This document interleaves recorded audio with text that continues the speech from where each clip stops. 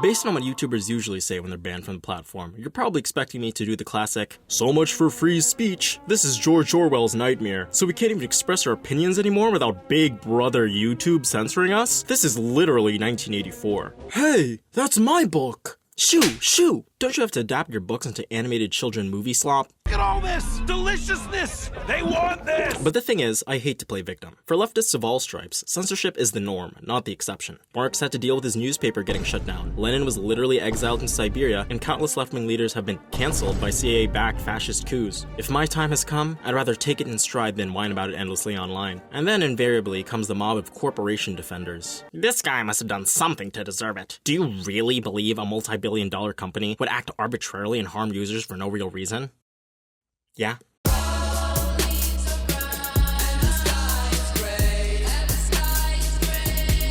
So if you haven't noticed, I only have half a dozen videos on this channel. That's because animation takes a long time and it's really hard to get right. As a supplement to my main channel, I have a second channel dedicated to live streaming where I can produce lower quality content in between the higher quality animated stuff. The hard-hitting videos on the second channel, with its very professional name, includes bangers like "Why This Furry is Secretly Brilliant," "Anti-Communist Redditors Seethe at My Anti-Zionist Videos," and "Laughing at the Slopification of Animal Farm." Each thumbnail is truly a work of art. In one of my live streams, I dedicated a brief segment talking about the polling among Americans of a particular Palestinian resistance organization. It starts with an H. I looked over a couple polls from organizations like Pew Research and Harvard Harris and summarized the findings with a bit of commentary. So I click upload and then... We think your content didn't follow our violent criminal organizations policy. Review your content and the policy. After your review, you can appeal if you think we got it wrong, and you can take an optional training to remove the warning. Whatever, so I take the training and re-upload the segment, making sure to censor logos and anything that could even be remotely considered glorification. At this point, the video is a straight-up recap of objective polling results with little to minimal commentary. I re-upload the clip, go about my day, and then...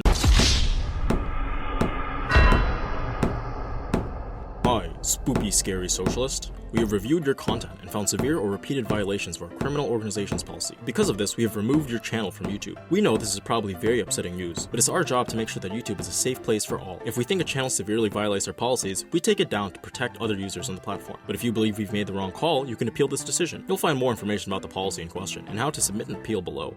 Oh wow, so I can appeal it right away? Can I have my channel back, Mr. YouTube? No.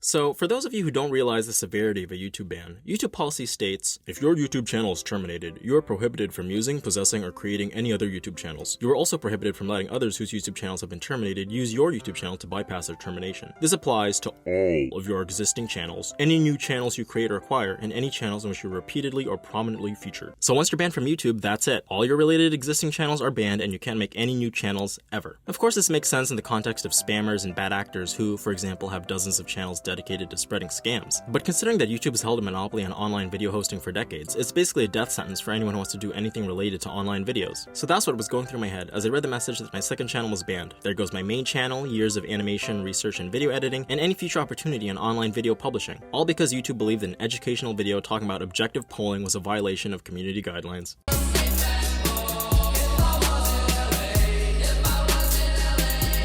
YouTube allows one appeal for termination, and that's it. Mine had been rejected in less than an hour. Luckily, I have a fairly large audience on my other social media. I put out a public message about the incident on Twitter and Instagram. Other content creators and members of my audience also spoke out, with so many of you messaging YouTube to reverse the termination. But days dragged on, and no sign of hope appeared. YouTube left one automatic AI response to the original tweet, hadn't contacted me at all, and YouTube support basically said, "Good luck, lol." A truism about channel termination has always been, if you want YouTube to reverse an unjust termination, just tweet at them enough and they'll finally get a human person to review your case. And I, for one, found that hard to believe.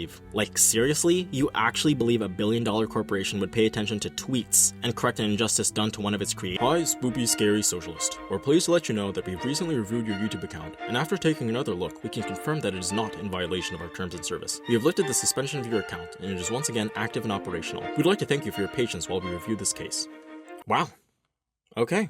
So, admittedly, the reinstatement wasn't a complete win. The second channel was reinstated with a community guidelines strike, and the video about polling was removed. But you know what? I'll take it.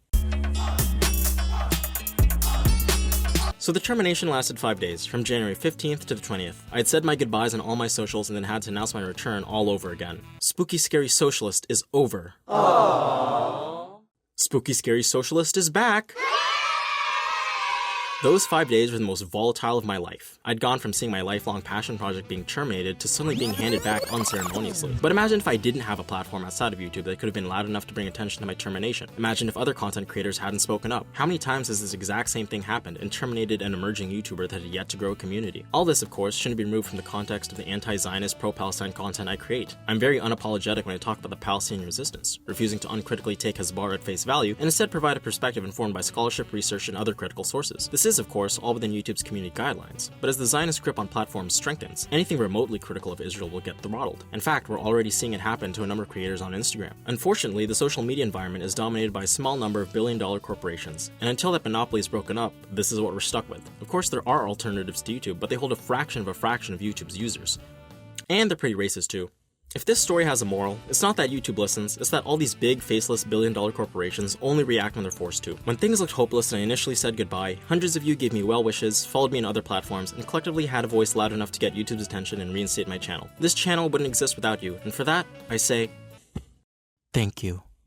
I'd also like to thank creators who use their platforms to loudly protest this termination. This includes, but is not limited to, Noah Samson, Overzealots, and Bad Empanada. This channel owes a debt to all of them. In case this incident happens again, becoming a free member of my Patreon is the best way to follow me because I would have all your emails and the ability to contact you directly. And speaking of patrons, thank you to all my lovely patrons, many of whom have joined me since the incident. Special thank you to my top tier patrons, Fiasco Linguini, Caleb Peters, Adrian Salares, Sunrise Sorpresa, Anthony Owen, Bills, and Cutplay. Of course, we shouldn't forget that the reason online censorship against anti-Zionist creators exists is to erase the humanity of Palestinians. And for that, I'd like to encourage everyone to donate, no matter how small, to a vetted fundraiser on GazaFunds.com. It will be the first link in the description. Thank you all, and as always, no war but the class war.